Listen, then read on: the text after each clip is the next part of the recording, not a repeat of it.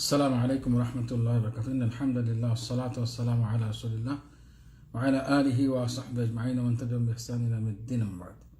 সম্মানিত ভিউয়ার্স, দর্শক এবং শ্রোতাবৃন্দ, ফুলসিরাত পর্ব 57তে আমরা আরেকটি নেক আমল নিয়ে আজকে আলোচনা করব।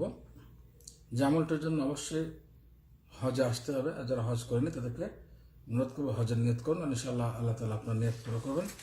হজ করতে না পারলেও ইনশাআল্লাহ তাআলা আল্লাহ চাহে তো আপনার হজের সব পেয়ে দেবেন নিয়তের দ্বারা, এবং খালেস নিয়তের পরিপূর্ণ হজের সব পাবেন ইনশাআল্লাহ। তো যে আমলটি নিয়ে আজকে আলোচনা করবো, যার দ্বারা ফুলসিরাত আলোকিত হবে, লাইটিং হবে, আলো বৃদ্ধি হবে ফুলসিরাতের, এবং সে আলো দিয়ে ফুলসিরাত সহজে পাওয়া সম্ভব হবে ইনশাআল্লাহ। সে আমলটি হলো হজে গিয়ে চুল মুন্ডন করা। চুল মুন্ডন করা যাকে হালাক বলা হয়।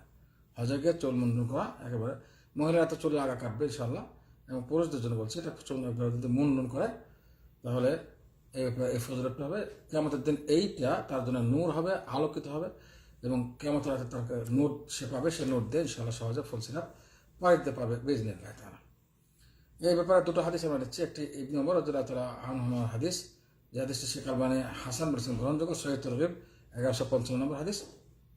হাদিসটি হলো রাসূলুল্লাহ সাল্লাল্লাহু আলাইহি ওয়াসাল্লাম বলেন, ইদা হালাকা রাসাহু ফালাহু বিকুল্লি শা'রা সাকাতাত মিন রাসিহি নূরুন ইয়াওমাল কিয়ামা। আল্লাহু আকবার। যদি কেউ হজে গিয়ে চুল মুন্ডন করে, একেবারে যদি নেড়ে হয়ে যায়, তাহলে প্রত্যেকটি চুল হাজার হাজার চুল মাথায় থাকে, লক্ষ হতে পারে, এত চুল মাথায় থাকে। সুবহানাল্লাহ, গণনা করা খুব কঠিন। তো এই প্রত্যেকটি চুল যা নাকি মাথা থেকে পড়ে গেছে হজে গিয়ে চুল মুন্ডন করতে গিয়ে, প্রত্যেকটি চুলে কিয়ামতের দিন কি হবে, তার নূর হবে। আল্লাহু আকবার। লাইট হবে, আলো হবে, যে আলো দিয়ে সহজে ফুলসিরাত পাওয়া যাবে ইনশাআল্লাহ তাআলা। তাহলে দেখুন প্রত্যেকটা চুল হাজার হাজার লক্ষ লক্ষ নূর আমরা পাচ্ছি যদি চুল আমরা মুন্ডন করি হজে গিয়ে। হাদিসের বাকি অংশটুকু আল্লাহ রাসূল বলেন, যখন সে শেষ তওয়াফ করবে, বাইতুল্লাহ শেষ তওয়াফ করে ফেলবে, তখন এই শেষ তওয়াফের সঙ্গে সঙ্গে ওই ব্যক্তি মা থেকে নবজন্ম নেওয়া শিশুর মতো সম্পূর্ণ নিষ্পাপ হয়ে যাবে। মা থেকে জন্ম নেওয়া নবজাত শিশুর মতো নিষ্পাপ হয়ে যাবে। এত বড় ফজিলত আপনার হজে রয়েছে। এবং চুল কাটার বললাম, চুল কাটা না, যদি মুন্ডন করা হয়, তার আল্লাহ রাসূল সাল্লাল্লাহু আলাইহি ওয়াসাল্লাম চুল যারা মুন্ডন করবে হজে বা উমরায় গিয়ে, তাদের জন্য 3 বার দোয়া করেছেন। গুনাহ মাফ চাওয়া, আল্লাহ মাগফির লিল মুহাল্লিকিন, আল্লাহ মাগফির লিল মুহাল্লিকিন, আল্লাহ মাগফির লিল মুহাল্লিকিন। হ্যাঁ, এবার 3 বার বলেছেন। লাস্টে গিয়ে সাহাবায়ে কেরাম যখন প্রশ্ন করে, রাসূলুল্লাহ ওয়াল মুকাসসিরিন, রাসূলুল্লাহ যারা চুল ছাড়বে ওদের জন্য এক দোয়া করুন, তখন আল্লাহ রাসূল ওয়াল মুকাসসিরিন বলেছেন। অর্থাৎ 3 বার 3 গুণ দোয়া অবশ্যই করেছেন যারা চুল কাটবে তাদের জন্য। চুল যারা মুন্ডন করবে 3 বার ইস্তিগফার বা তাদের জন্য গুনাহ মাফ চেয়ে দোয়া করেছেন আল্লাহর কাছে, এবং একবার যারা দোয়া করেছেন যারা নাকি চুল কাটবে, ছোট করবে তাদের জন্য।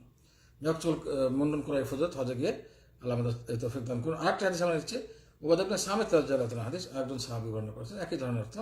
আল্লাহ বলেন যে তুমি যখন চুল কাটবে, তোমার চুল কাটা এটা প্রত্যেকটা চুল যা নাকি জমিনে মাথা মুন্ডন করার সময় জমিনে পড়বে, এই প্রত্যেকটা চুলই তোমার জন্য কি হবে, কিয়ামতে নূরান ইয়াওমাল কিয়ামা, কি হবে, ইল্লা কানাত লাকা নূরান ইয়াওমাল কিয়ামা, কিয়ামতের দিন এটা নূর হবে ইনশাআল্লাহ, লাইট হবে, নূর হবে, যা কিয়ামতের নূর ছাড়া তো সম্ভব না।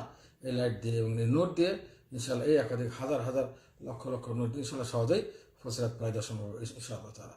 এই হাদিসটাকে শেখ আলবানী হাসান বলেছেন গ্রহণযোগ্য বলেছেন সহিহ তারগীবের কিতাবের মধ্যে, যার হাদিস নাম্বার 1113।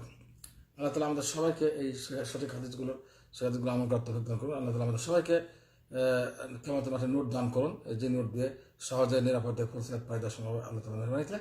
আল্লাহ তাআলা আমাদের সবাইকে সকলকে সঠিক দিন জেনে আমল করে এবং দাওয়াত দেওয়ার তৌফিক দান করুন। আমিন। আখির দাওয়ানা আলহামদুলিল্লাহি রাব্বিল আলামিন। আসসালামু আলাইকুম ওয়া রাহমাতুল্লাহি ওয়া বারাকাতুহু।